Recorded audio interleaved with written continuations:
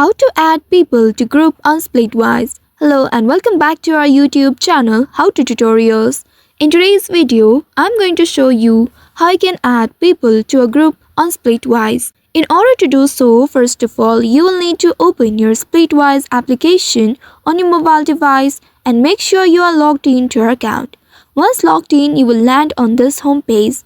Here at the bottom left, you'll be able to locate the Groups tab. Tap on it to view all your active groups. Now from the list, you will need to choose the group you would like to add members to it just by tapping on its name. Once you reach inside it, here you'll be able to see Add Group Members option.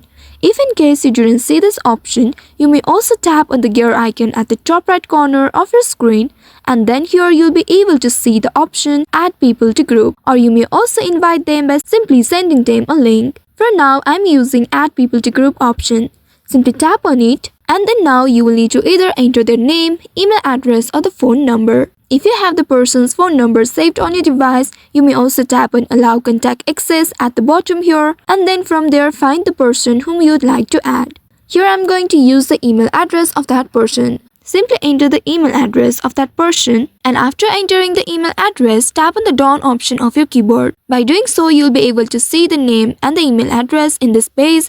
Now tap on the tick mark at the top right. By doing so, you'll see person has been selected. Now tap on the arrow icon at the bottom right, and in this page here, if you'd like to edit some details, you can use the pencil icon at the right side to edit them. And after that, tap on the tick mark at the top right or tap on the finish button at the bottom. By doing so, you will see the person has been added to your group now. So by following these steps, you should be able to add people to a group on Splitwise.